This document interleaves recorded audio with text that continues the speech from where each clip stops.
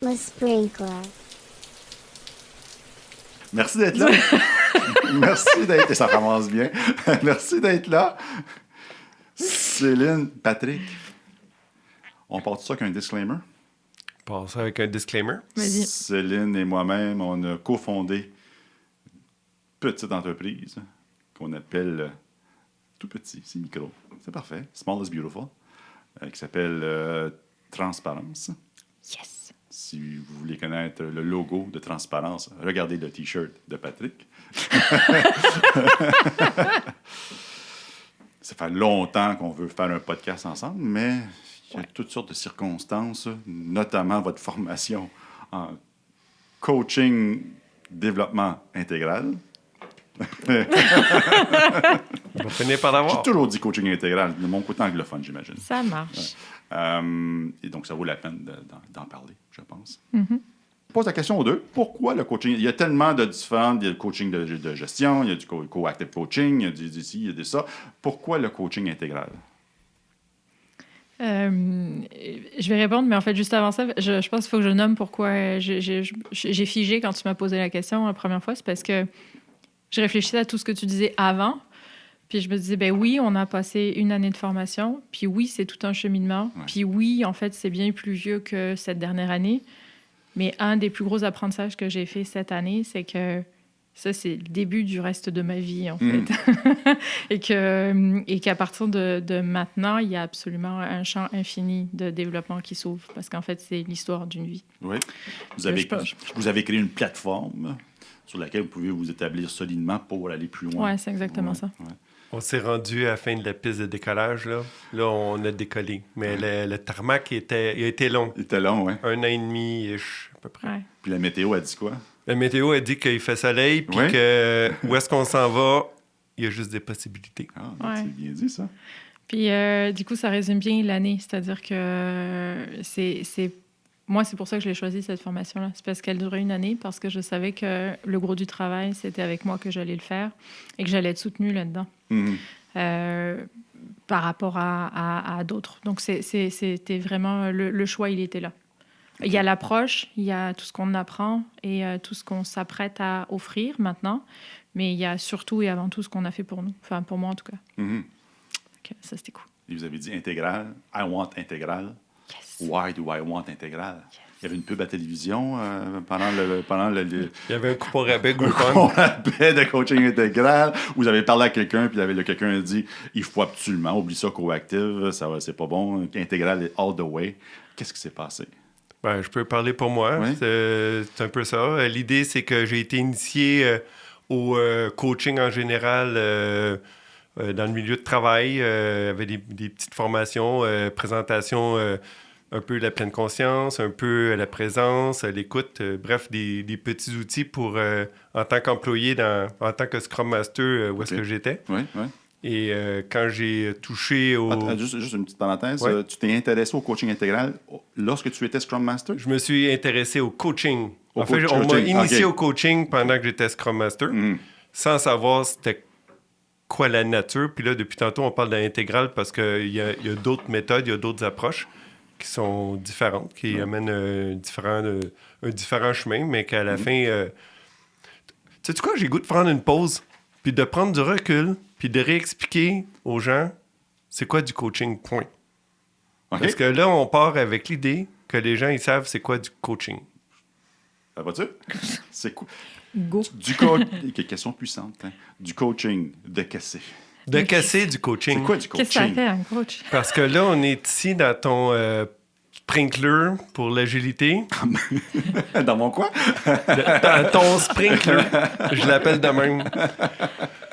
Donc, une de tes clientèles cibles, c'est l'agilité à Montréal ou partout dans le monde. En fait. Donc, on parle beaucoup des coachs agiles. Oui. Puis là, on parle de coaching en développement intégral et différentes sortes de coaching. On parle beaucoup de posture de coach ouais, pour les différents rôles, que ce soit manager, que ce soit Scrum Master, que ce soit Bob. C'est ça. OK, allons-y. C'est quoi du coaching? C'est quoi du coaching? Non, sans blague, je pense qu'on l'a pas assez posé. C'est quoi du coaching? Oui, mais je voulais... on va faire un tour de table. Je propose qu'on donne chacun notre mini-définition. Moi, je peux commencer.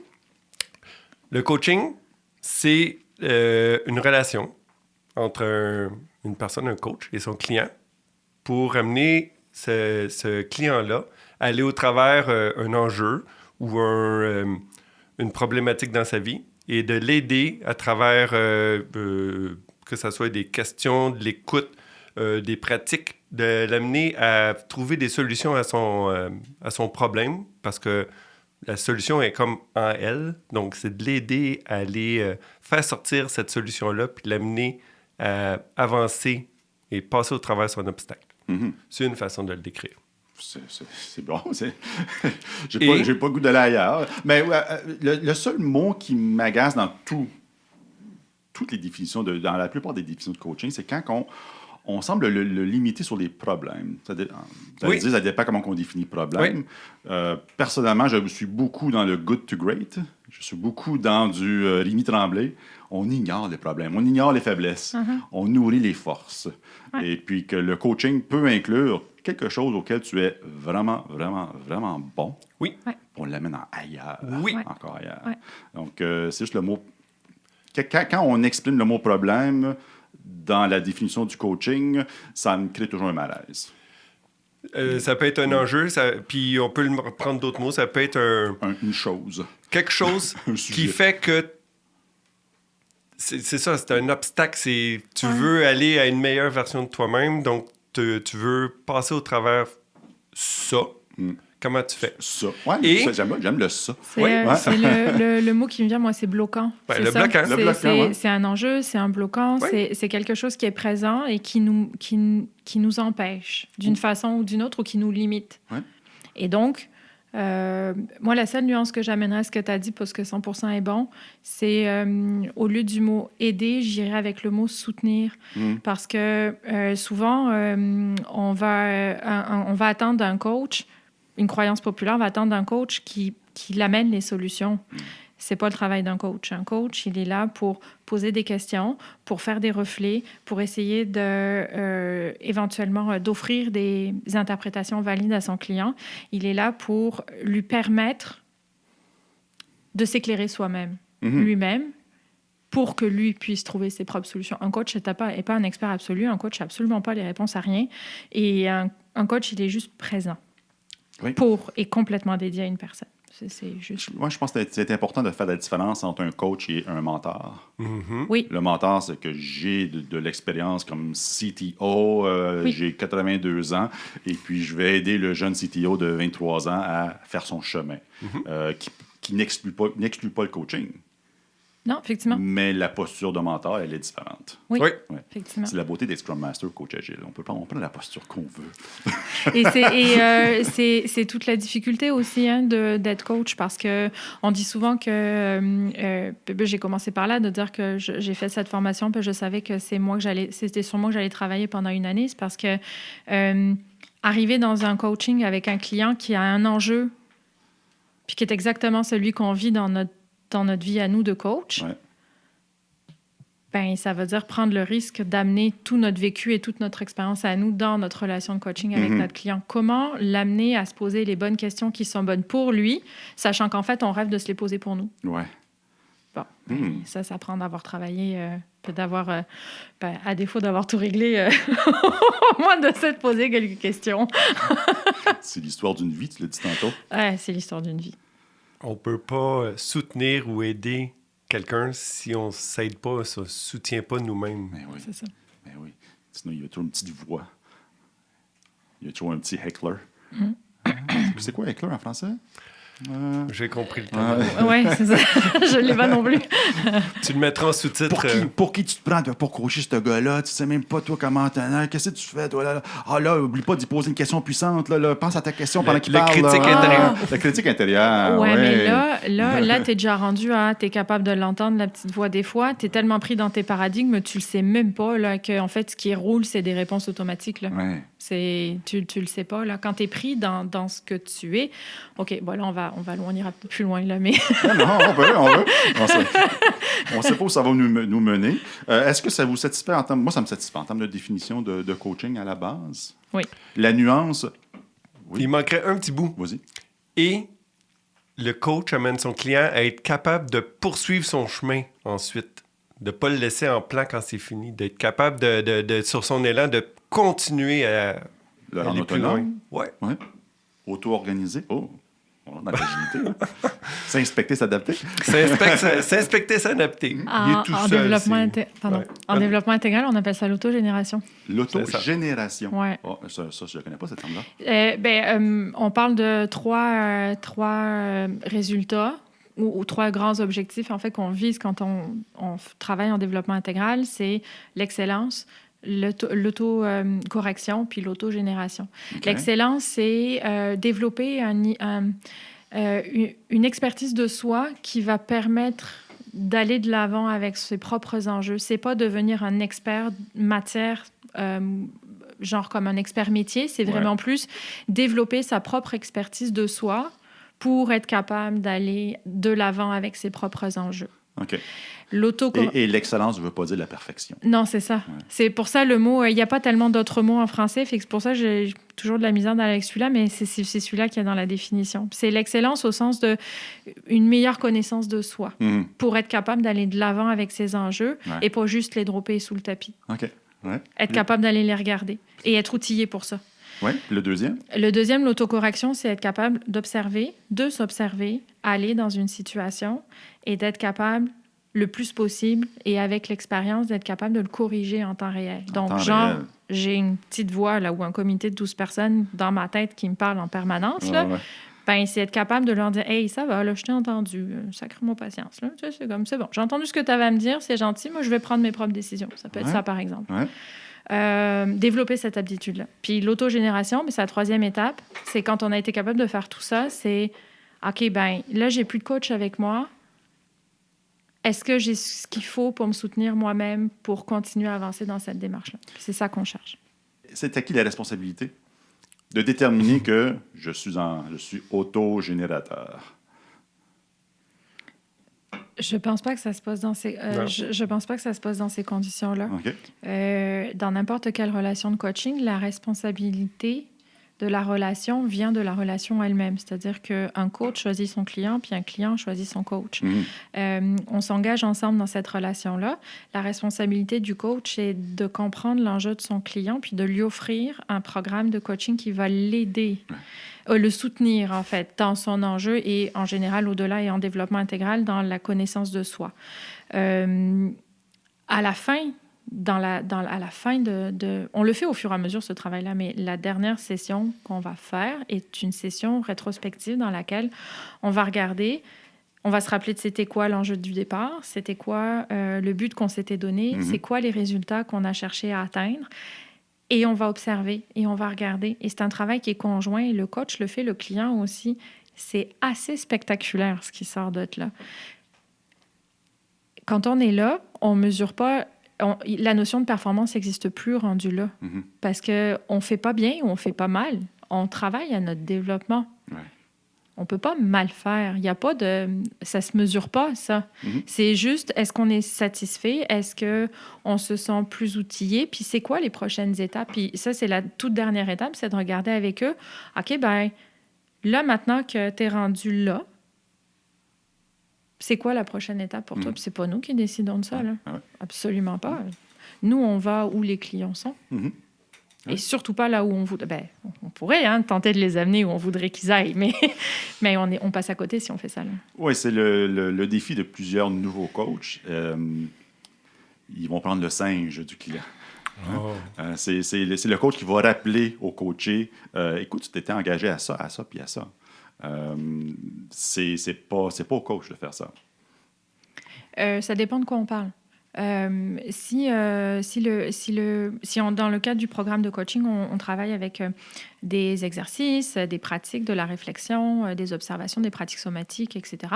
C'est peut-être notre travail de coach.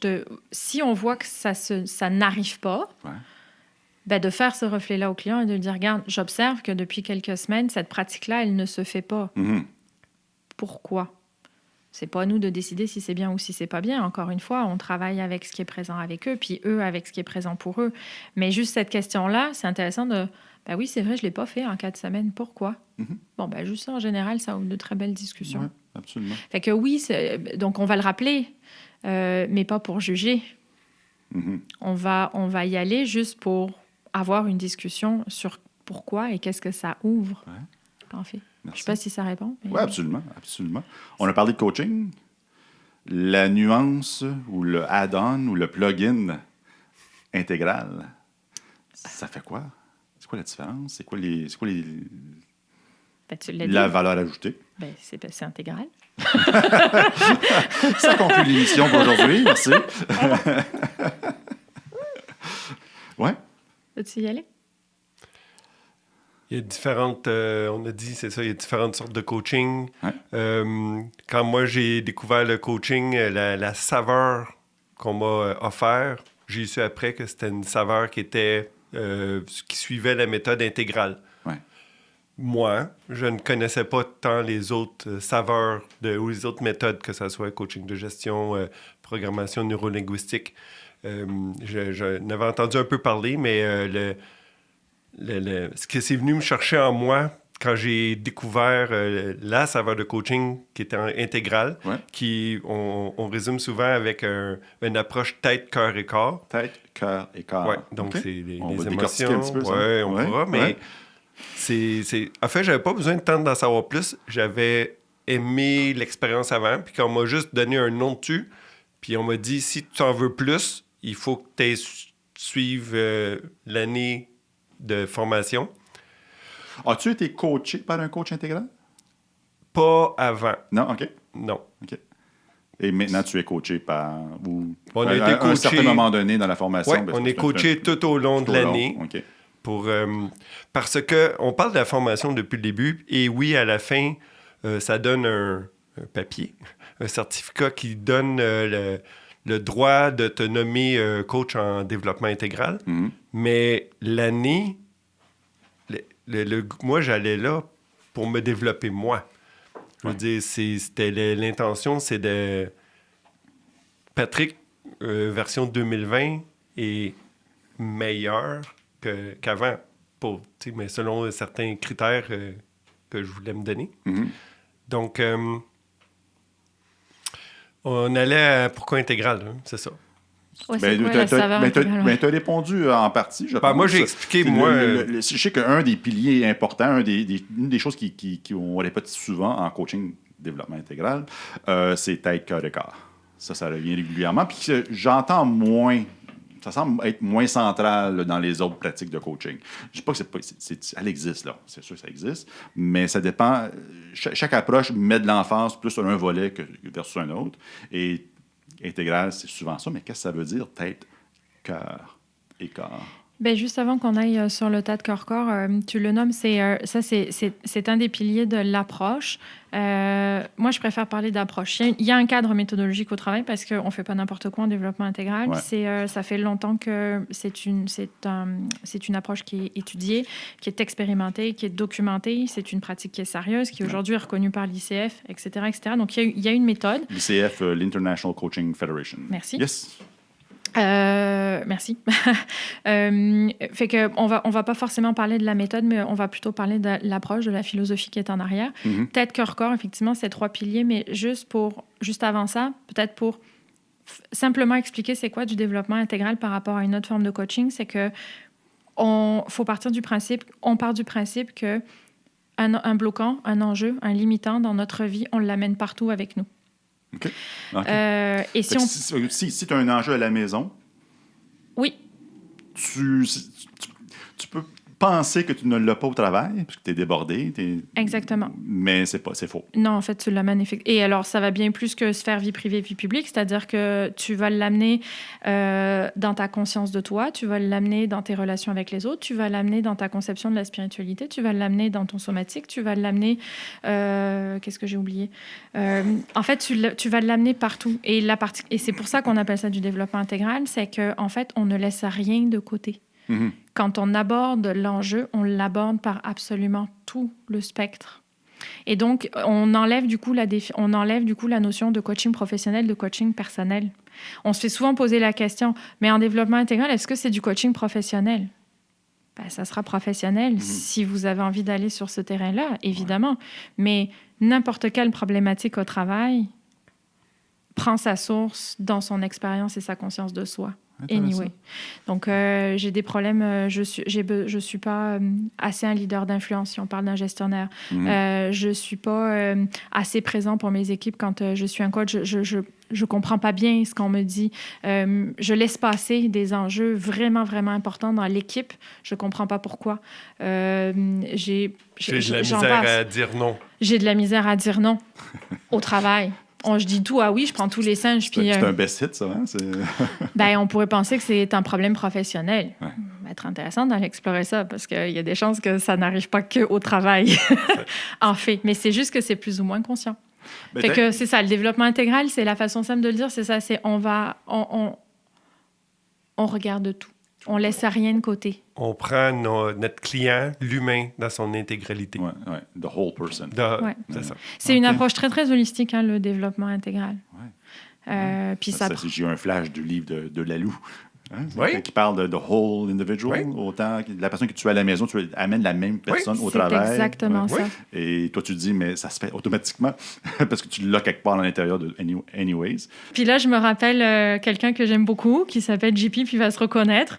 Puis là, JP m'a dit, quand on a fait JP, Jean-Philippe, qui était un de nos formateurs de la cohorte, qui nous a dit au cours d'introduction, partez du principe qu'un être humain, c'est un mystère à explorer et pas un problème à résoudre.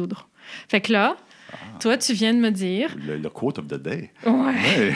Dis-le encore. L'humain est l'être humain est un mystère à explorer, pas un problème à résoudre. C'est de toute beauté, ça. Oui. Et en fait, cette phrase, elle résume très bien la façon dont on a de regarder les choses, la vie arrivée, puis les situations. Il y a deux façons de le regarder. Tu peux les regarder en fonction de ce que ça ouvre et en fonction de ce que ça ferme. J'aimerais ça revenir au pilier tête-cœur-corps. Ah ouais. On l'a abordé avec plein de notions, évidemment. Mais si je focus le coaching intégral, puis qu'on dit... C'est intégral, fait qu'on aborde les trois en même temps, mais mettons qu'on se donne la chance de parler du volet cœur. Ça veut dire quoi? Ça peut dépendre selon pour le coach. Dans la relation entre le client et le coach, le cœur va être dans la présence du coach pour son client.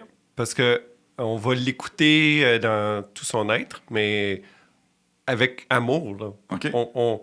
Et si on se laissait tomber en amour avec ce client-là, figurativement, parce que l'idée, c'est de découvrir cette personne-là au point... puis t'en parlais tantôt, Céline, de tomber en amour. Et si tu voulais vraiment être au point curieux comme si tu étais en amour avec cette personne-là, tu veux vraiment connaître toutes les sphères de sa vie. Okay.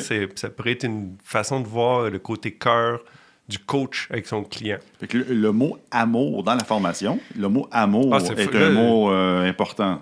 Oui. Moi je mets juste une nuance. Ça me dérange un peu. C'est mon intensité, là. Ouais, là, moi, tu vois, on approche le code de déontologie. On parle tête que corps. Ben là, quand il a prononcé tomber en amour avec ses clients, moi, j'ai une crampe. Oui, non, c'est ça. Physiquement, il s'est passé quelque chose. J'ai senti une crampe. J'ai compris ce que tu voulais dire. Ben oui. Mais évidemment, on ne veut pas tomber en amour avec ses clients. Si on tombe en amour avec ses clients, on tombe dans le domaine de la sympathie. Quand on tombe en sympathie avec quelqu'un, et là, la façon simple la différence entre l'empathie et la sympathie... C'est quoi la différence entre sympathie et empathie? La façon simple de le dire, parce que c'est beaucoup plus compliqué que ça, c'est qu'en sympathie, quelqu'un qui pleure, on va pleurer avec. Oui. En empathie, on va être assis à côté, puis on va être présent pour elle, puis on va la laisser vivre sa peine, quelle qu'elle soit. D'ailleurs, quand on parlait de pas d'interprétation, parenthèse, pas d'interprétation, Éric Laramé pleure dans une séance. T'en fais, moi? J'observe des larmes, Éric. Oui. Peux-tu m'en parler? Oui. Il n'y a pas d'interprétation. J'observe des larmes. Qu'est-ce qui est présent en ce moment pour toi? Oui. Là, on tombe dans le cœur. Ouais. Alors attends, parce que du coup, voilà, je reviens à la nuance que je voulais amener sur l'histoire du cœur. C'est du point de vue du coach vis-à-vis de son client, j'irai plus sur la compassion. Ouais. Le travail de coaching est un travail difficile parce que on amène toujours nos clients là où ils ne veulent pas aller. Alors, à un moment donné, ils nous disent oui, là, mais n'empêche que ça résiste fort. Et c'est normal, c'est des zones d'ombre. C'est extrêmement pénible d'aller dans des zones d'ombre, explorer qui on est. Parce que souvent, il y a de la peur, il y a des croyances très profondes qui sont en arrière, c'est ancré depuis longtemps, etc. Fait qu'on ne veut pas aller là. C'est pas drôle de faire ça. Oh, oui. Il faut avoir beaucoup d'amour et de compassion pour faire ça. Et en même temps... Je l'ai vécu dans la CNV. Et en même temps, avoir la distance nécessaire pour être capable de quand même l'amener malgré tout. Et c'est tout ce rapport-là qui est compliqué. C'est tenir nos clients... Jean-Philippe et René Pascal nous disent tout le temps comment on tient serré nos clients. Tu sais, c'est un travail de tous les jours. C'est se laisser toucher. C'est se laisser toucher. Puis c'est pour ça que je te disais, moi, mes analyses n'étaient pas bonnes. Puis c'est parfait. Parce qu'effectivement, mes clients m'ont ramené à ce qu'ils sont.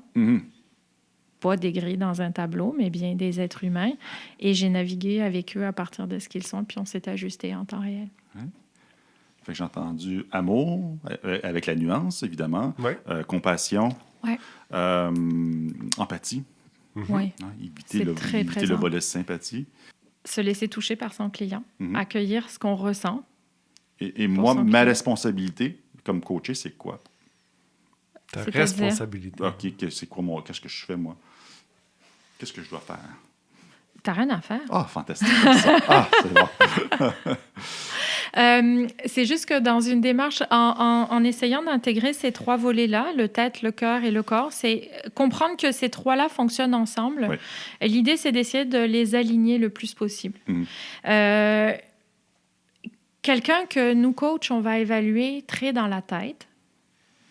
Là, t'es sorti du cœur, j'ai bien compris. On imagine que j'ai quelqu'un... On va migrer vers la tête, c'est ça? J'imagine, j'ai quelqu'un en face de moi, j'ai un client qui pense beaucoup avec sa tête.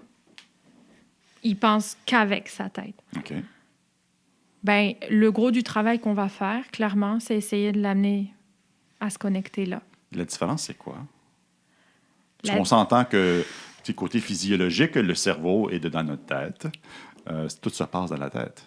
J'ai déjà expliqué ça. Je suis mon détestable. Okay? Non, tu fais bien. Et tu le nommes très bien. Juste une parenthèse, la raison pour laquelle la tête, le corps et le cœur sont extrêmement intrinsèquement liés, tu l'as nommé, c'est le système nerveux. Le système nerveux, c'est un système physiologique qui est présent absolument dans l'intégralité du corps, qui prend sa source dans le cerveau et qui irradie l'intégralité du corps. Et les terminaisons nerveuses actionnent des phénomènes notamment de cœur.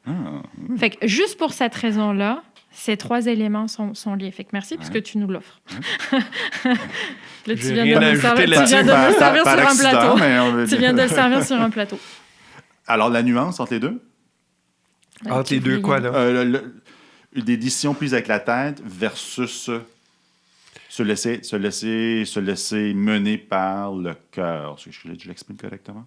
C'est juste lui laisser la place de vivre ce qu'il a à vivre. Ouais. Puis il faudrait trouver des exemples, mais là, c'est ça. Aide-moi. Aide-moi. Une décision avec la tête... Je suis encore sur ce que tu as dit, là.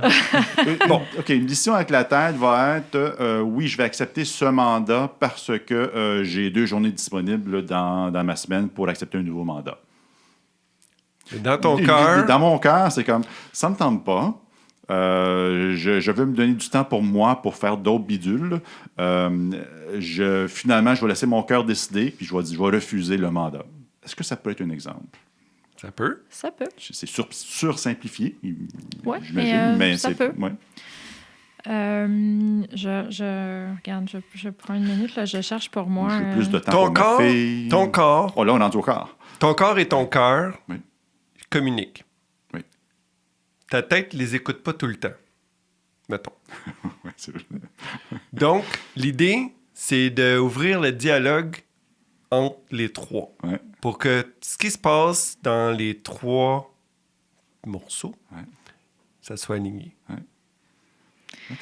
Tête et corps, c'est facile. Là. C'est plus facile à décortiquer. C'est pour toi. Parce que quand je faisais du bateau dragon, si je l'ai fait pendant 10 ans, à un moment donné, mon corps me disait « Arrête, s'il vous plaît, vas-y pas. » Donne-toi du temps, laisse-toi du temps pour guérir. Mais ma tête me disait, je dois respecter mon engagement envers l'équipe parce que sinon, on ne sera pas prêt pour la compétition à truc muche. Mais t'entendais ton corps à ce moment-là, ce qui est déjà une belle observation. Quand ça saigne, c'est facile.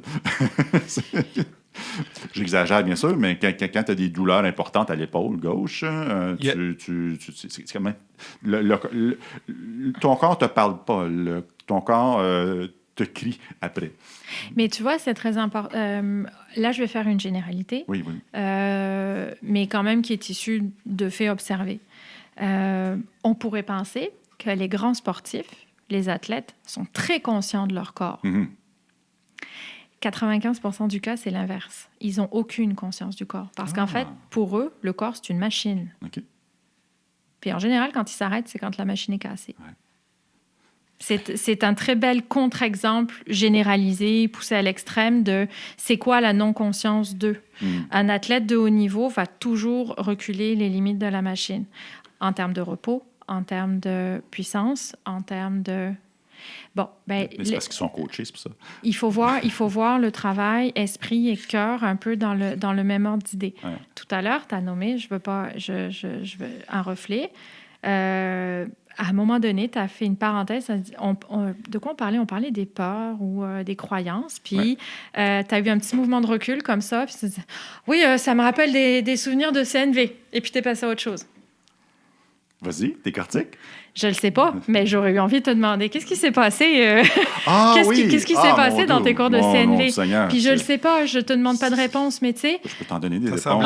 C'est le cœur. Ça coulait à flot. Mes maudits formateurs. J'oublie leur nom.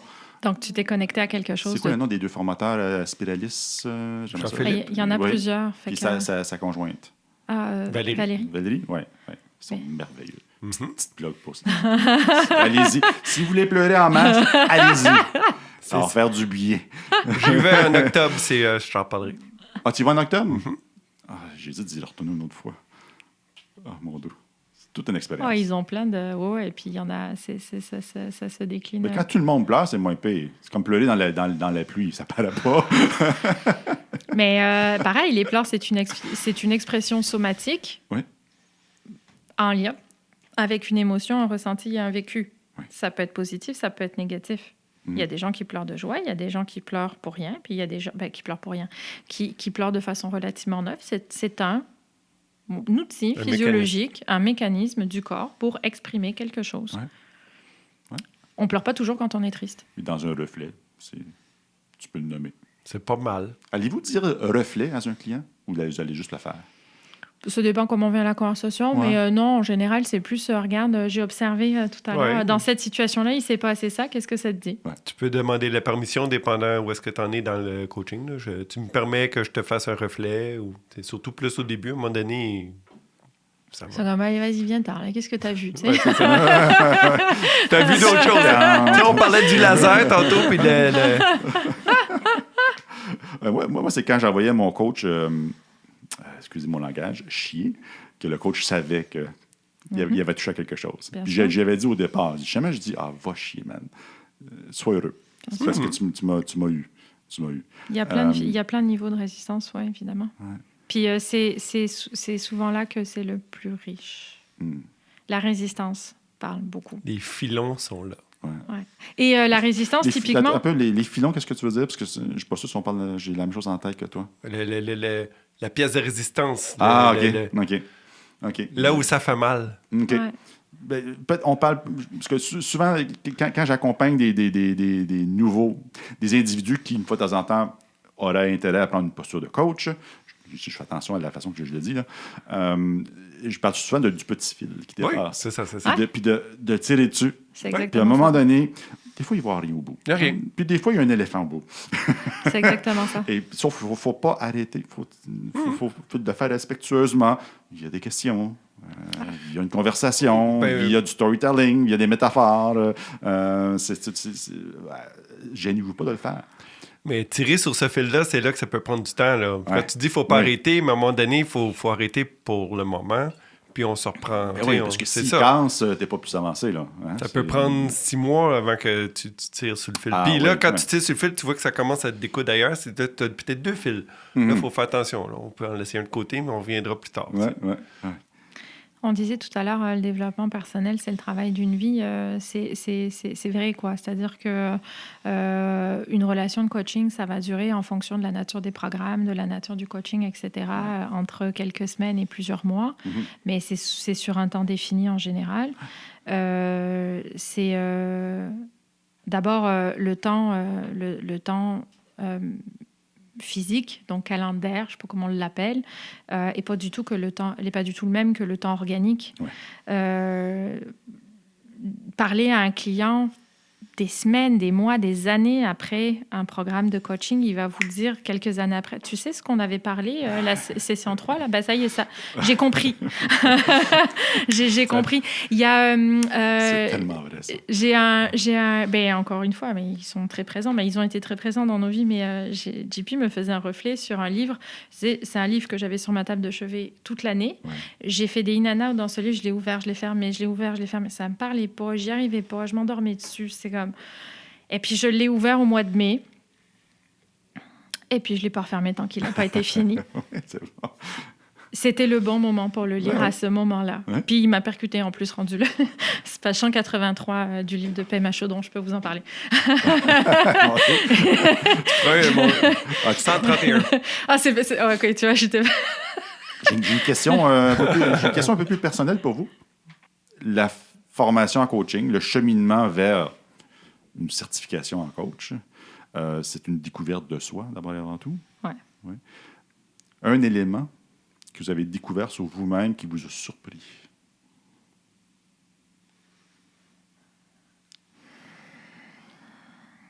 Maudite. Va chier. You're welcome. C'était trop facile. Qu'est-ce qu'on a découvert? Ça fait pas mal d'être soi. Ouais. Ça ne fait pas mal d'être soi. C'est beau, ça. Ouais. Aucune douleur quelconque. Ouais. Merci. C'est beau, ça. C'est super. Une des pour moi, je pense il y en a eu tellement, là, mais je pense Vas-y, en note alphabétique. La première, je pense, en fait, c'est la première, mais c'est celle qui a posé qui a posé les bases de tout le travail qui a été après. Ça a été de prendre conscience que, oui, j'avais 12 personnes qui me parlaient là-bas en haut. J'étais pas folle. T'étais normale, en fait. J'étais normale. Puis je le dis en plaisantant, mais moi, j'ai un critique intérieur qui est extrêmement virulent. Et que moindrement que je me retrouve dans une situation un peu floue, là, lui, c'est la fête solide là-bas en haut. Là. Eux. Et c'est juste l'accueillir, savoir que c'est vrai, ça a tout changé. Ouais. Parce qu'à partir de là, d'abord, j'ai arrêté de penser que j'étais folle. Ensuite, j'ai accepté que...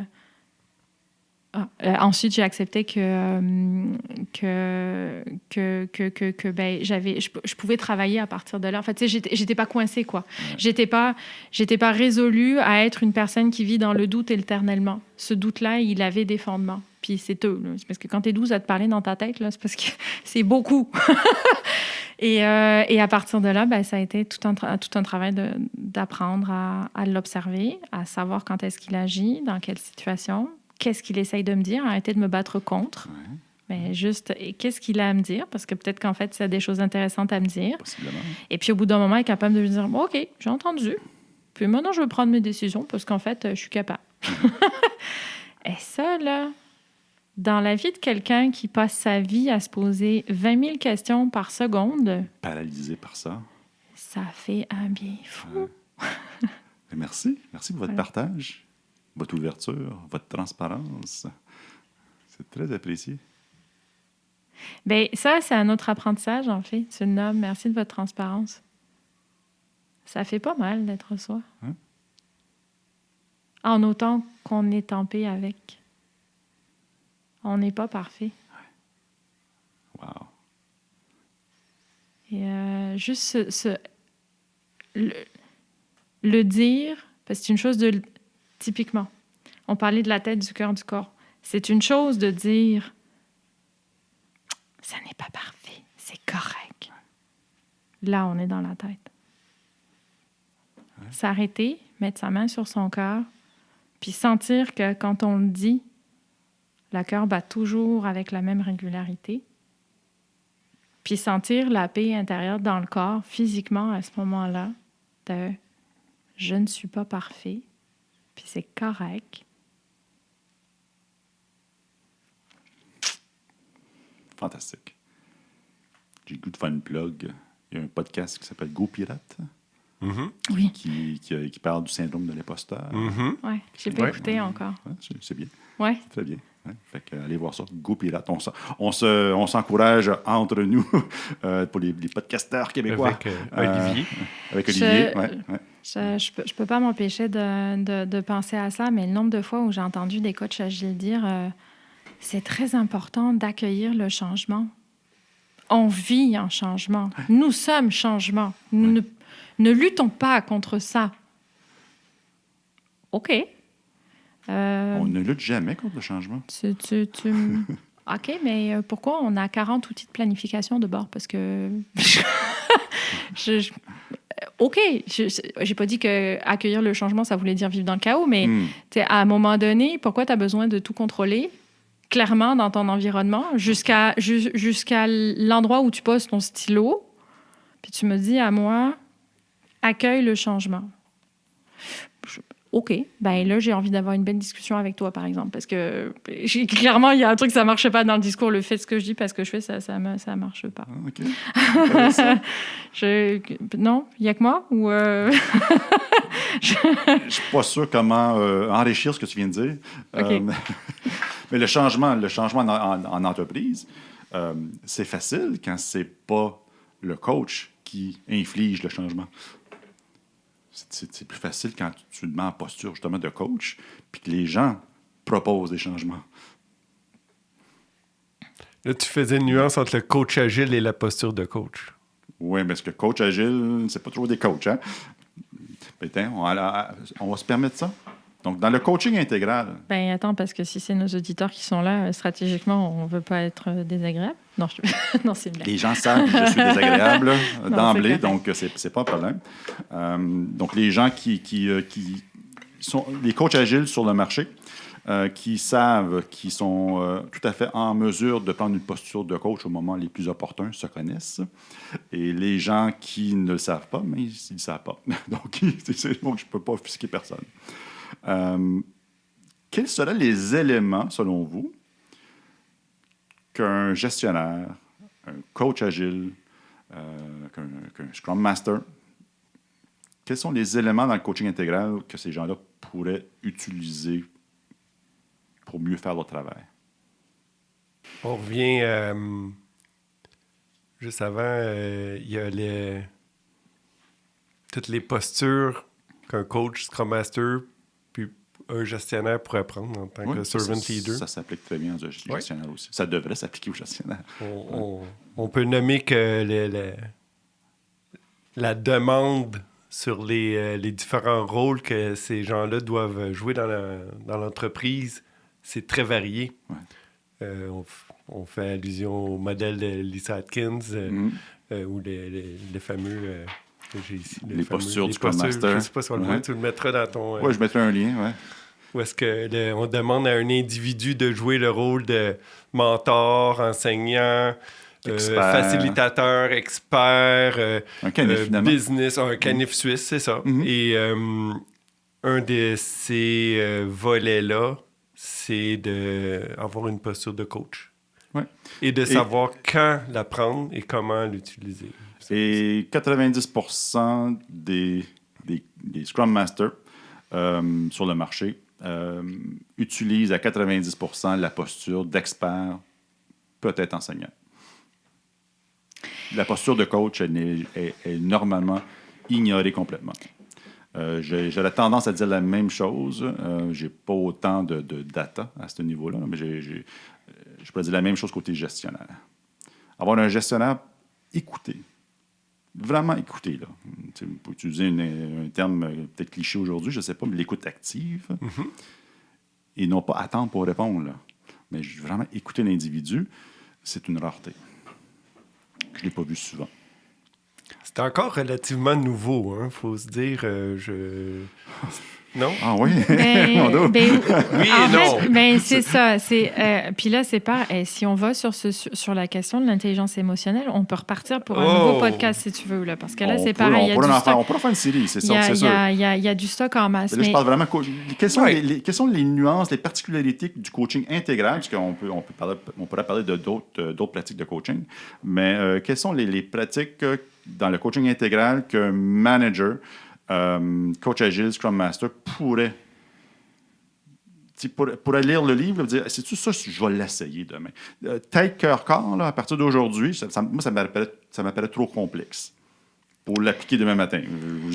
Ça fait 1 an que vous le pratiquez, puis vous êtes fait bombarder de toutes sortes de façons pour l'avoir chez vous de façon quasiment innée aujourd'hui. C'est acquis, mais bon. Mais qu'est-ce qu'il y a dans le coaching intégral? Je vais donner un exemple. Moi, je parle toujours des 4 accords du coaching pour démarrer le bal. Poser des questions puissantes, de l'écoute active, du feedback et des requêtes ou des demandes. On va commencer avec ça. Puis juste ça, il y a du travail. Mais en fait, ouais. c'est là où... C'est pour ça que ta question, je vais essayer d'y répondre, mais elle me dérange fondamentalement parce que juste dans les 4 domaines que tu as nommés, il y a tout un travail d'exploration à faire. Mm-hmm. Juste, question puissante, quand tu as dit ça, tu as tout dit et tu n'as rien dit. Mm-hmm. C'est quoi une question puissante? Mm-hmm. Comment on développe cette aptitude-là? Mm-hmm. À quoi ça sert? Ouais. C'est quoi les intentions qui sont en arrière? Mm-hmm. Fait que... toutes les questions qui viennent par ailleurs. Mm-hmm. Tu sais, ils sont 12, hein, fait que j'en ai plein. Un outil n'est utile que si on comprend à quoi il sert. Ouais. En développement intégral, la particularité, en fait, je ne le sais pas parce que je ne connais pas les autres approches, mais en tout cas, en développement intégral, on travaille à partir de la situation de l'individu. Fait que on pourrait parler d'un tronc commun d'activités dont on sait qu'elles ont une valeur avérée. Ouais. On peut en parler. Ouais. Mais l'essentiel du travail, ça fait en fonction de l'enjeu, de l'état dans l'état avec lequel arrive le client pendant le coaching, puis qu'est-ce qu'il a envie de développer, puis qu'est-ce qu'il est en mesure de développer à ce moment-là. Mm-hmm. Fait que je pourrais te parler d'un gestionnaire puis de lui faire qui développe une pratique de slackline, par exemple, donc aller marcher sur un fil. Donc être un débutant? Non, pas être un débutant, juste pratiquer régulièrement comme gestionnaire, installer une slackline dans son jardin puis aller en faire tous les jours. Okay. Et développer cette aptitude-là physiologique parce que ça va lui donner une incroyable capacité de centration, à la fois physiologique dans le corps et à la fois de maîtrise de soi dans la respiration. OK. Ça lui sert à quoi au quotidien? Qu'est-ce qu'il veut faire avec? Donc, pour moi, la question, elle ne se pose pas en termes de c'est quoi les pratiques qu'ils peuvent utiliser dans le développement intégral, c'est qu'est-ce que le développement intégral peut faire pour eux. Et donc, la première chose que je leur dirais, c'est avant d'essayer de vous approprier des pratiques de développement intégral, allez être coaché une fois. Essayez ça une fois, juste pour comprendre de quoi on parle. Ouais. Qu'est-ce que ça vous fait à vous ressentir? Ouais. Maintenant, si on parle de développement intégral pur, qu'est-ce que ça développe comme compétence?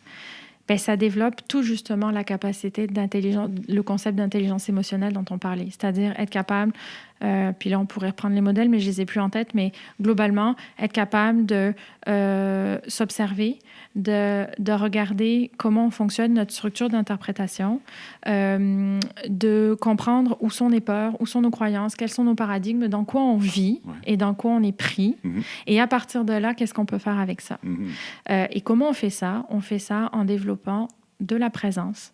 C'est fondamental. Puis c'est pas juste pour les coachs, on en a parlé plein de fois, c'est aussi pour les coachés. Qu'est-ce que ça veut dire? Être en présence? C'est par exemple l'exercice qu'on a fait juste avant de commencer le podcast. On s'est assis tous les 3 et on a pris 1 minute en silence. Okay. On a posé nos pieds au sol, on s'est assis, on a mis notre dos droit dans une position noble dans laquelle on est bien, mais qui quand même est solide. On a fermé les yeux. on s'est connecté sur notre respiration, puis pendant 1 minute, on s'est juste centré sur notre respiration. Ça, c'est être présent. Mm-hmm. Juste faire ça, essaye-le la prochaine fois que tu pars dans un meeting, impose 1 minute de silence à l'entrée du meeting, quel que soit le meeting, juste pour permettre aux gens de respirer parce qu'ils sortent de notre meeting et de leur laisser le temps d'arriver dans ce meeting-là. Ça change tout. C'est ça, la présence. C'est être capable de se connecter à où est-ce qu'on est à ce moment-là. Tout à l'heure, quand on l'a fait, l'exercice, moi, ce que ça a fait, c'est que je me suis rendu compte que j'avais le cœur qui battait fort. Pourquoi? J'étais hyper nerveuse, en fait, alors qu'on se mariait 2 minutes avant, mais je m'en étais absolument pas rendu compte. Le corps de porte change tout. Hein? Mais je m'en étais pas rendu compte. Pourquoi? Parce que moi, j'ai un mental très fort et que donc là, le syndrome de performance est arrivé. C'est comme, faut que je me rappelle de mes notes. T'as vu, j'ai pris mes cahiers, mes livres, tout ça. Je me suis dit, OK, là, il faut que j'arrive. J'ai l'air intelligente. T'es armé jusqu'aux dents. Oui. Puis je m'en suis pas servi. Ben, moi aussi, gang. Non, mais... C'est encrypté, mais gang. Oui, mais tu vois, je m'en suis pas servi une seule fois. Ouais. C'est illusoire. Mm-hmm. Mais juste m'arrêter, moi, ça m'a permis de me connecter à ce qui est présent. Puis ce qui est présent, j'étais hyper nerveuse.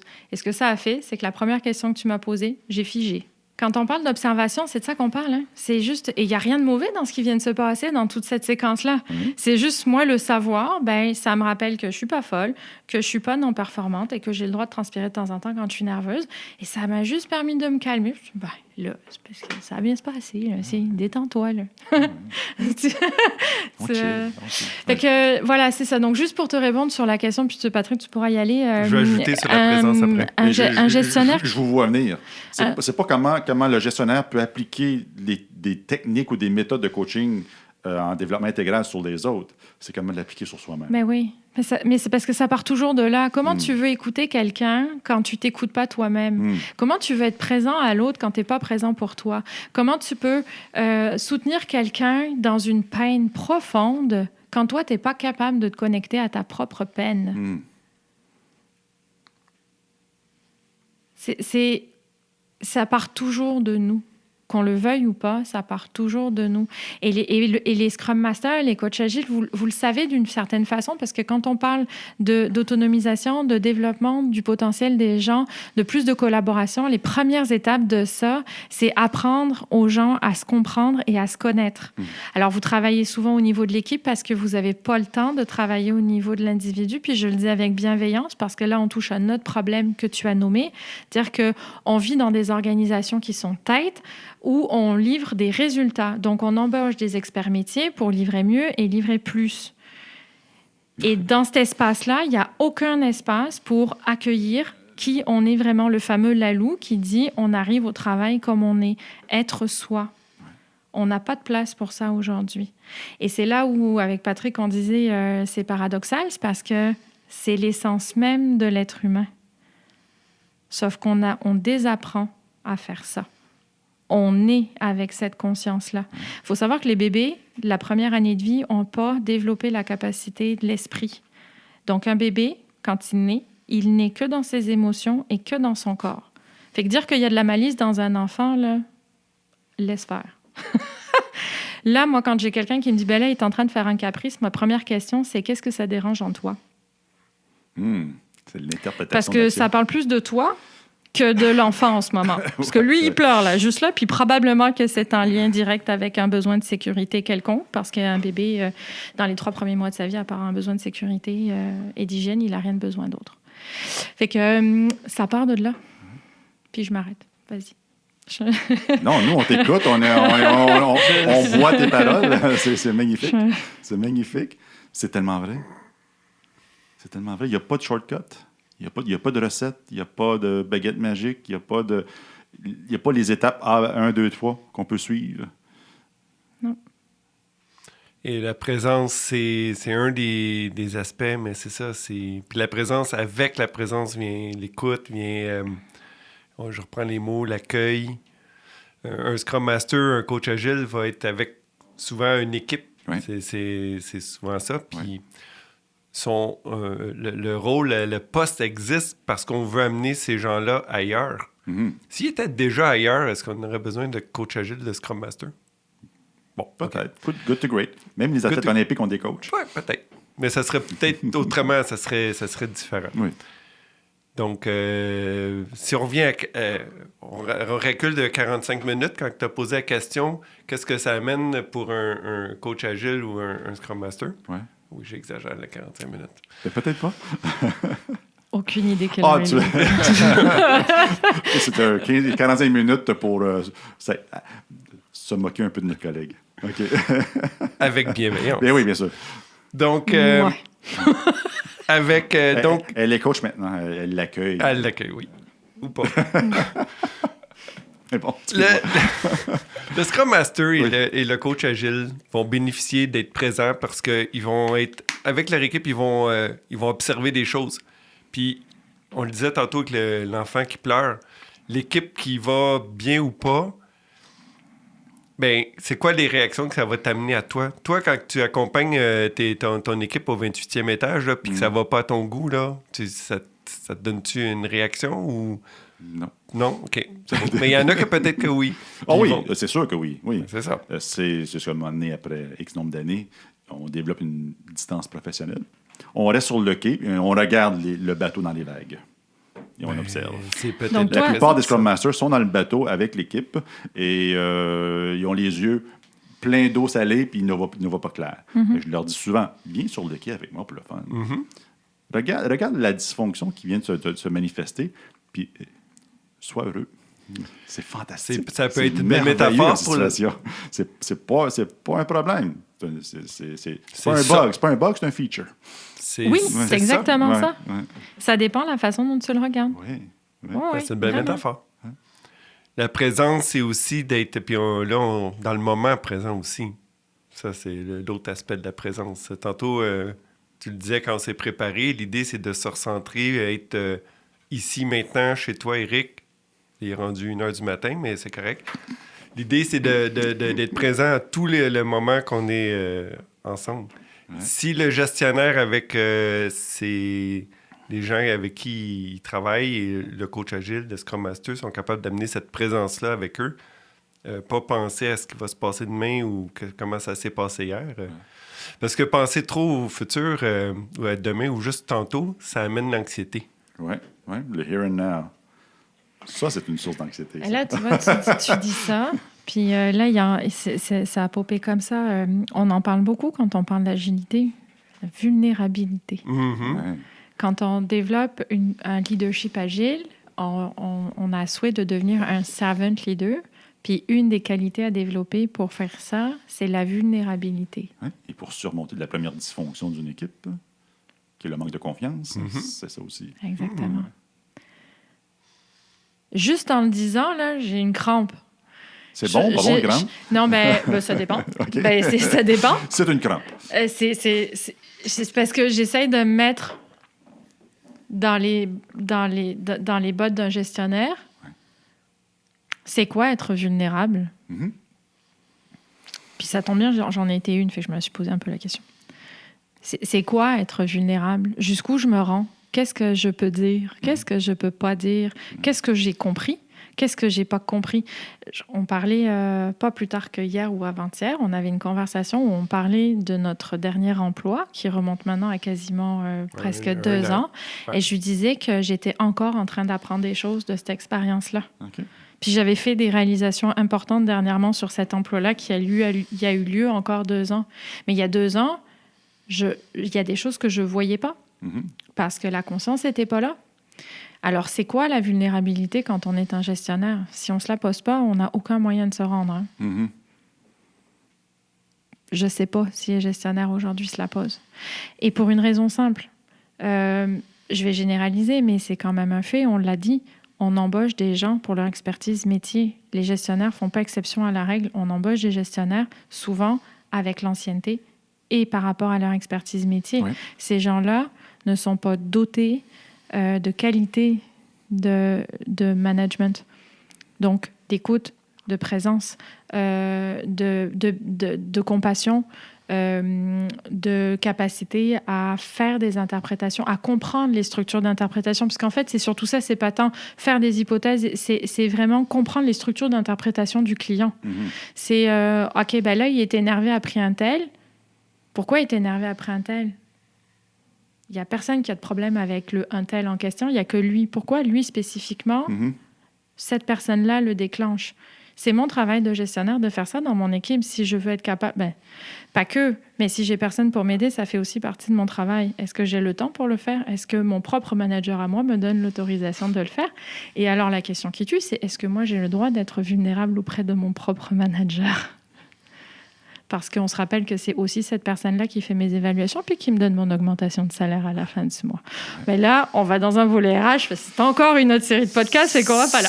C'est important, c'est immense. Si tu manques de sujets pour ta rentrée, Eric, vas-y. Hein. Il y en a 3 là, il y en a 3 ou 4 déjà qui ont débarqué. On est parti de la présence. Vous allez faire des capsules bientôt, donc ça va régler tous les différents sujets. C'est bon. Les 1001 sujets. On a passé du temps sur qu'est-ce qu'un gestionnaire peut utiliser du développement intégral. En fait, il peut utiliser tout, mais il faut qu'il les utilise pour lui d'abord, en fait. Et si on prend pour acquis que le gestionnaire... Tiens, on va aller plus simple. Mais plus simple. Le Scrum Master. Ouais. Il a des bonnes intentions, mais il ne fera pas la formation d'1 an. Non. Il ne prendra pas une année sabbatique. Il ne fera même pas la formation de 2-3 jours du coaching intégral. Le programme de coaching en développement intégral, c'est le PCDI, l'introduction. C'est ça. Ouais. Il ne fera même pas ça. Mais il a le cœur à la bonne place. Ouais. Désolé, je reviens là-dessus. Là. Je tape sur le même clou.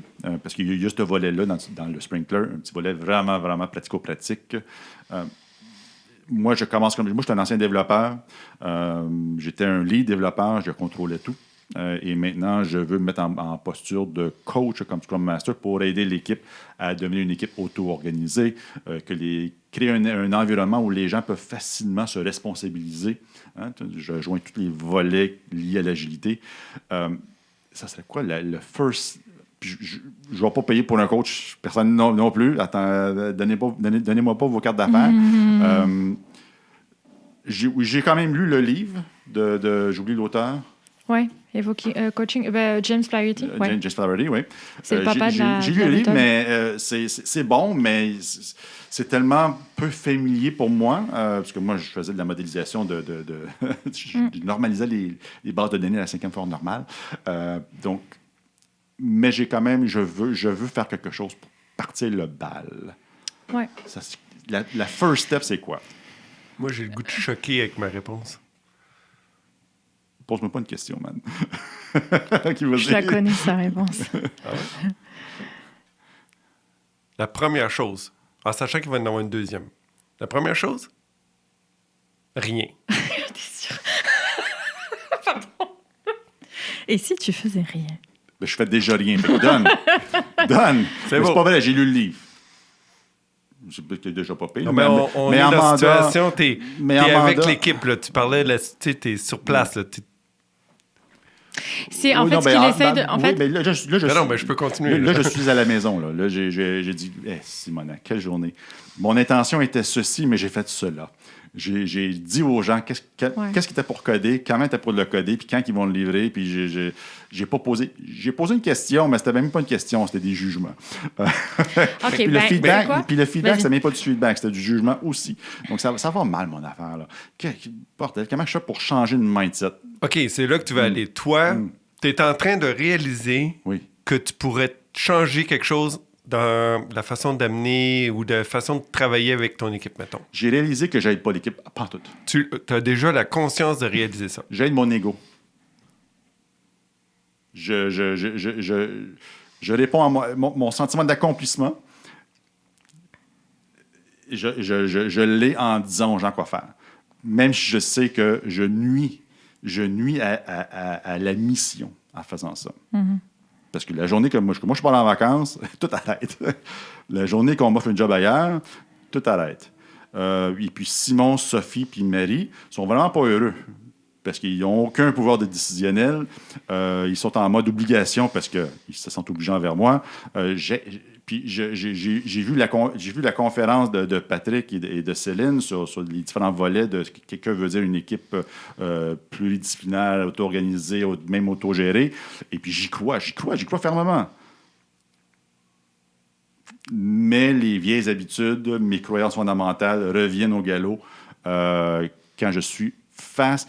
Quand ça va bien, c'est pas si pire, je navigue un petit peu, mais quand le stakeholder dit « il me faut ça pour la semaine prochaine », ça presse. Rappelle-moi, là, t'es le Scrum Master, là? Oh, Scrum Master, oui. OK. Ouais. Je vais avec des bonnes intentions. OK. Je vais m'oser avec une réponse. Ouais. En fait, je vais en faire 2. J'ai compris quand tu as dit « je ne paierai pas pour un coach ». J'entends. Puis je vais fermer la parenthèse là. Ben, très bien que tu ne veuilles pas payer pour un coach. Mais une voiture, c'est un mécanicien qui la répare. Un avion, c'est un mécanicien aéronautique qui la répare. Mm-hmm. Puis développer des qualités d'être vivant, ben, ça ne se fait pas tout seul. Mm-hmm. Quand on est malade, on va voir un médecin. Quand on a besoin de comprendre ses blessures anciennes, on va voir un thérapeute. Fait que, oui, on peut commencer seul, mais je crois fondamentalement et fermement que c'est un travail qui est extrêmement difficile à faire seul. Mm-hmm. Et je vais le dire pour mon expérience personnelle. Moi, ça fait 5 ans que j'ai décidé de changer de vie, ou en tout cas de mettre... en tout cas, je ne sais pas comment on le dit, là, mais ça fait 5 ans que j'ai décidé de faire de quoi avec ma vie, de différent de ce que je vivais avant. Mm-hmm. Ça m'a pris... J'ai travaillé 4 ans toute seule, j'ai travaillé 1 an toute seule. Je jure qu'à recommencer, j'aurais commencé par le développement intégral. Mm-hmm. Les 4 autres années m'ont amené au développement intégral, fait que je ne les jette pas à la poubelle, elles ont été utiles. Ouais. Je dis juste que ce que j'ai appris en 1 an est 10 000 fois décuplé par rapport à ce que j'étais capable de faire toute seule. J'en doute pas. Fait que maintenant, cette parenthèse-là est terminée. Maintenant, en même temps, je veux juste en profiter pour dire que j'ai... X nombre de postures à découvrir au cours des 12 prochains mois. Okay. Donc, j'ai une formation comme facilitateur avec Sue Johnson dans 2 semaines. Le côté Change Agent, j'y connais absolument rien, mais là, j'ai acheté le livre de Cutter, fait que je vais checker le changement en 8 étapes. Mon coach me dit pas ça, c'est de la merde, mais bon, notre histoire.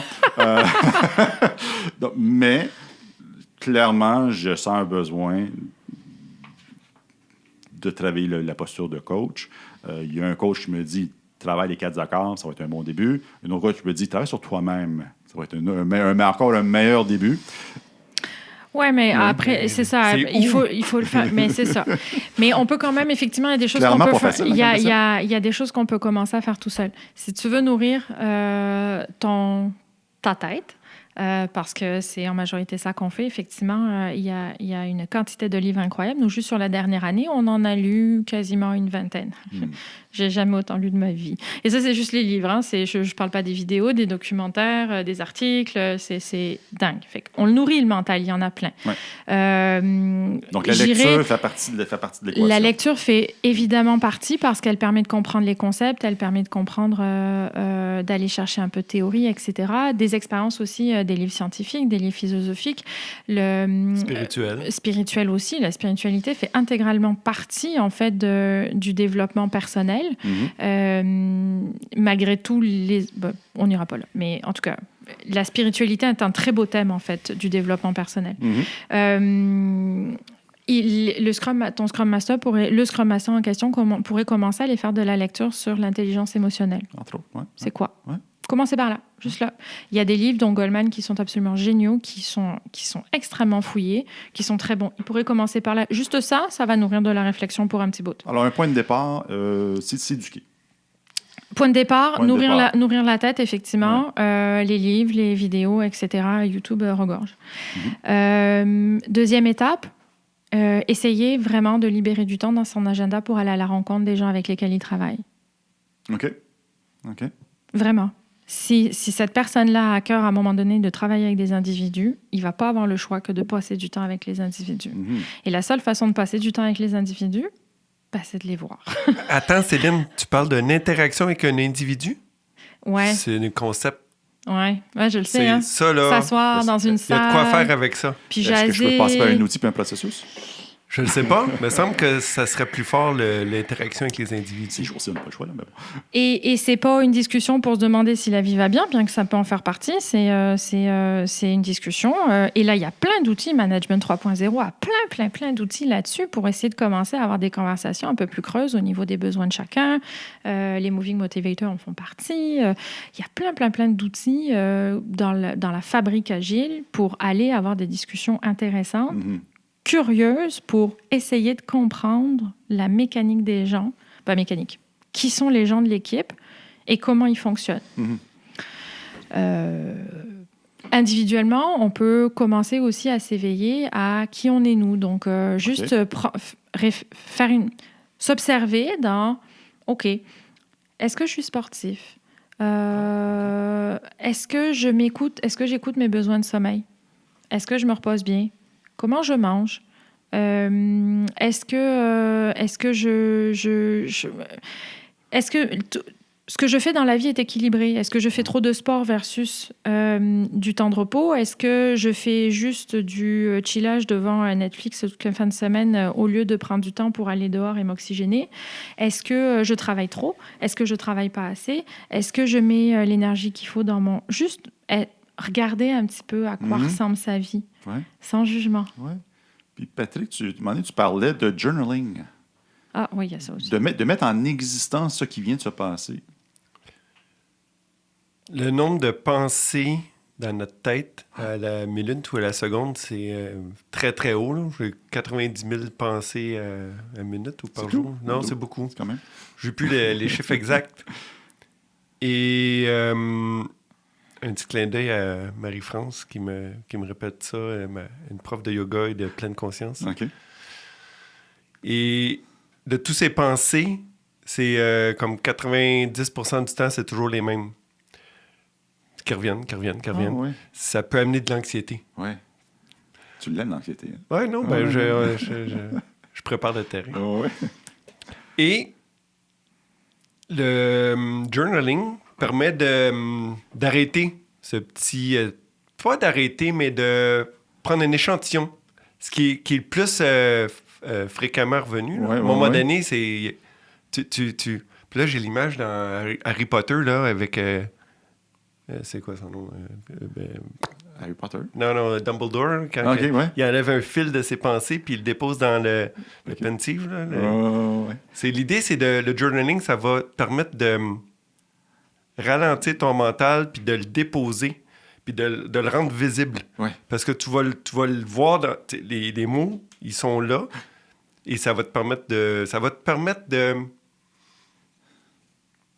Ça devient plus concret. Ouais. C'est ça. Ouais. Comparé parce qu'à un moment donné, ça spinne dans ta tête, puis c'est pas clair, mais quand tu le déposes, c'est comme, ah ben, c'est ça. Et, pour moi, ça réduit beaucoup les pensées qui tournent. Il va y en avoir d'autres qui vont apparaître, mais celle que j'ai déposée va se calmer. Ouais. Elle avait besoin d'attention. Mais là, parce que j'aimerais ça, ton Scrum Master, là, c'est un autre outil qui pourrait servir, mais... Puis là, Céline a donné un bon morceau de réponse, mais à la fin, là, il faudrait que tu nous remettes un peu... C'est complexe, le rôle de Scrum Master et de Coach Agile, on l'a dit tantôt, avec toutes les postures, toutes les attentes qu'on a pour j'appelle encore ce nouveau rôle qui est encore en train d'être découvert. Et je veux dire, moi, le monde autour de moi, ils ne savent pas c'est quoi un Scrum Master. Mm-hmm. Puis je pense à un podcast, j'ai pas écouté celui avec Martin Goyette, je pense que... La fin du Scrum Master? Ouais. Il a à peine commencé que juste lire le titre, samedi, il faut que je l'écoute pour voir quand est-ce que ça finit, ce Scrum Master-là. Mais... disponible sur le Sprinkler. Oui, je vais aller le regarder parce que le titre, très évocateur, oui, ça provoque. Ben, c'est bon, ça. On aime ça quand ça provoque. Mais tu donnais la mise en situation du Scrum Master qui se rend compte il se rend compte qu'il veut amener son équipe ailleurs, qu'il y a du travail à faire sur lui. Mais ça revient à c'est quoi le rôle, comment il veut apporter ça. Je veux dire, est-ce que Est-ce qu'il comprend c'est quoi le rôle, déjà? Là, on est dans la tête. Là. Mais notons qu'il comprend vraiment c'est quoi le rôle. Oui, c'est un expert. Il a fait l'assertif de 2 jours là, chez Scrum.org. Puis que le côté expertise, ça va. De toute façon, Scrum, ça prend une demi-heure à comprendre. Là. Parce que quand tu demandais tes questions par rapport à qu'est-ce qu'il pourrait faire, ben, je pense pas que je suis capable de donner une réponse. C'est ça, ça dépend ça moi, dépend vraiment. vous avez donné des réponses. Ah, donne des pistes, mais c'est pas la bonne réponse pour le disclaimer, c'est là. Oh, oui, vas-y. La bonne réponse. On va pas faire du slackline, là. C'est peut-être pas pour toi, là. mais l'idée, c'est... N'essayez pas ça à la maison, s'il vous plaît. Non, mais l'idée, c'est que c'est de l'introspection. Tu sais, on parle beaucoup d'inspect and adapt en agilité. On parlait de lecture, c'est l'apprentissage continu à la fin. Ouais. C'est de la curiosité envers soi. Mm-hmm. Ça revient à ça. C'est déjà des belles... Puis ici, dans ton exemple, tantôt, tu parlais qu'il répondait à son ego. Aïe, aïe. Là, il y a déjà un bel niveau d'introspection. Mm-hmm. Ouais. Puis, Et nommer ses valeurs. c'est un autre exercice. Quand je commence des sessions de coaching one-on-one, c'est le premier devoir du coacher. Moi, je ne suis pas certifié, fait que je peux utiliser la technique que je veux, de la façon que je veux. Tu parles avec un client du que one-on-one. tu coaches. Ouais, je fais avec des équipes aussi, d'ailleurs, c'est vrai, à bien y penser. Mais l'idée qui me vient en tête, là, c'est vraiment la première session, la première requête que je fais auprès du coaché. C'est « Reviens, s'il te plaît, avec une liste de tes valeurs. Qu'est-ce que tu valorises? Qu'est-ce qui est important pour toi? » Et à chaque fois, moi, j'ai toujours une petite voix aussi dans ma tête. Je me dis, cette personne-là va avoir de la misère à le faire. Puis c'est jamais le cas. C'est drôle, hein? C'est weird. Ça dit quoi sur toi? On répond toujours de façon merveilleuse à la mission de revenir avec des valeurs. Oui. Je m'attends toujours que la personne dise « Écoute, j'ai pas compris ta question. Je comprends pas ce que tu veux même. » Puis pourtant, non. Puis les gens le font. Parce que tu es parti du principe que, malgré la petite voix qui est en arrière, il dit « il se rendra pas. » Qui est du jugement. Tu pars du principe et tu pars du postulat que la personne que tu as en face de toi est capable. Et elle l'est, fondamentalement. C'est tout le problème dans le command and control. OK, on va pas là. C'est tout le problème dans le command and control. La vision X puis la vision Y d'une personne, là, si on prend ces travaux-là, c'est fondamentalement comment tu considères la personne que tu as en face de toi. Moi, comme coach, je pars du principe que mon coaché, c'est la meilleure personne pour s'aider. C'est juste qu'aujourd'hui, elle n'a pas les outils pour ça, puis ça, c'est mon travail. Et là où c'est intéressant, c'est moi, personnellement, un gros apprentissage que j'ai fait dans cette année aussi, c'est qu'une des raisons pour laquelle je suis allée chercher une formation en coaching, bien avant même d'avoir choisi celle-là, c'est parce que j'en faisais déjà du coaching avant, qui ne portait pas son nom, parce que c'est plus informel, parce que ça se fait plus ad hoc, parce que blablabla. Et une des raisons pour laquelle j'ai été chercher de la formation, c'est parce que je ne me sentais pas du tout équipée et outillée pour soutenir mes clients, parce que quand on part dans une relation de coaching, on accède à l'émotion, on accède au registre personnel, on accède à l'intimité des personnes. Comment on fait pour être soutenant face à une personne qui finalement se connecte à des émotions qui la mettent profondément en détresse parce qu'elle n'a aucune idée qu'elle avait ça en elle? Ben, ça a parlé de moi, en fait. Ça a parlé de mon inconfort à moi parce qu'en fait, je me suis rendu compte que moi, j'avais zéro connexion avec tout un pan de qui j'étais. Et cette année de formation m'a permis de me connecter à cet espace-là. Fait qu'à la fin, j'ai pas appris plus d'outils. Plein. Mais l'outil principal que j'ai appris, c'est ma qualité de présence à moi. En étant présente pour moi, je peux être présente pour l'autre. Là où, avant, j'étais en sympathie avec l'autre. Fait que je ne l'aidais pas. Je pleurais avec les 3/4 du temps. T'as tellement raison. Et encore aujourd'hui, moi, ça fait partie de mes bibites. Et j'en dis plein. Là, on parle de vulnérabilité, mais oui, moi, ça fait partie de mes bibites. Mais maintenant que je le sais, c'est facile. Maintenant que je le sais, c'est parfait. Ça n'est plus dans l'ombre. C'est devant, c'est présent. Fait que je travaille avec, je compose avec, c'est là. Et c'est aussi pour ça que c'est difficile de dire un outil, une pratique où on ne sait pas qu'est-ce qu'on va découvrir. Donc, Donc, on commence par quelque chose. On nourrit peut-être un petit peu l'intellect avec quelques livres. On fait quelques explorations. Oui, il y a des pratiques. La méditation font partie. La pleine conscience, on en entend beaucoup parler. Le yoga, tout ça, ça s'inscrit dans cette même lignée-là. C'est très documenté, effectivement. La capacité de se connecter à l'instant présent permet de se connecter à soi, à ce qu'on vit à l'intérieur à ce moment-là, de se libérer de toutes les paroles qui sont environnement, puis tout le bruit qui fait mal. Ça nous permet de vraiment se recentrer. Et quand on est recentré, on a une solidité pour être capable d'accueillir ce qui vient et ce qui se présente. Je suis toujours épatée de voir des coachs agiles ou des Scrum Masters avoir des meetings et faciliter des meetings back-à-back à longueur de journée. Ils font comment? Je veux dire, à un moment donné, là, pour se calmer, pour se poser, pour reprendre leurs esprits, pour digérer, pour accueillir tout ce qui leur est arrivé, puisque faciliter, faciliter, mentorer, coacher, diriger, ordonner, prendre des singes, tout, parce qu'il y en a combien des rôles, là? C'est débile. Ils s'arrêtent quand? Voilà. Mais c'est un beau mot de la fin. Ah oui, déjà? Oui. Est-ce qu'on a 2 minutes de plus? On a 2 heures de plus. Mais là, 2 minutes. Je pense qu'on a fait le tour du sujet, mais absolument, vas-y. Un vrai mot de la fin. Mot de la fin, prise 2. Un vrai mot de la fin, ça serait un poème, en fait, qui est pas long. C'est un poème de Rumi, qui est un poète persan, pour ceux qui connaissent. Ouais. Je trouve que ça résume bien tout ce qu'on s'est dit et l'essence même de ce qu'on fait. Ainsi, l'être humain est une auberge.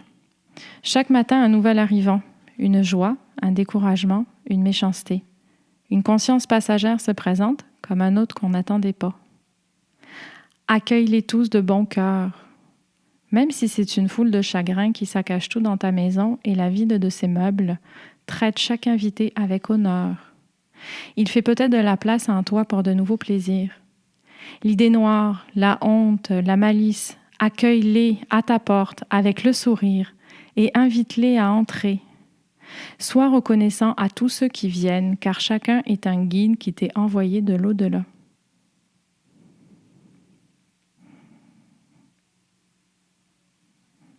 Être humain, c'est ça. Merci, Céline. Merci, Patrick. Merci beaucoup, Éric. Merci, Céline. Si les gens veulent en savoir plus... Sur le développement intégral? Oui, et sur vous, sur vos services, on peut vous rejoindre comment? LinkedIn, le site de transparence.com. Là, je me demandais justement, est-ce que toi, parce qu'on a évoqué vraiment beaucoup de choses, puis en termes de ressources, je ne sais pas si c'est sur le site du Sprinkler où il y a un espace où on pourrait te donner... Toujours, je vais mettre les liens pour les différents livres. On ne parlera pas de Agile People aujourd'hui, mais on pourra se booker quelque chose un autre tantôt. De toute façon, on se connaît bien. Mais oui, je vais mettre des liens vers tout ça. Ça se pourrait que je vous demande aussi de m'envoyer des liens que vous aimeriez qu'ils soient ajoutés, notamment le poème. Il est en ligne, j'imagine. Oui, il est connu. Ça va peut-être même être l'extrait du podcast. OK. J'ai entendu plusieurs extraits ce soir, donc il va falloir que j'en choisisse un. Des fois, c'est pas facile de choisir un extrait. Mais bon, c'est un bon choix. Donc, LinkedIn, transparence avec un Z. Oui, très important. Comme avec un Z. Parce qu'évidemment, le nom de domaine avec un S n'était pas disponible, mais avec un Z. Parfait. Sinon, ça grosse serait surprise TS, ça ne marcherait pas.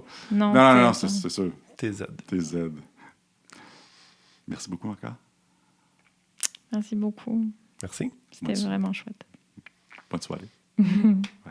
Merci à tous.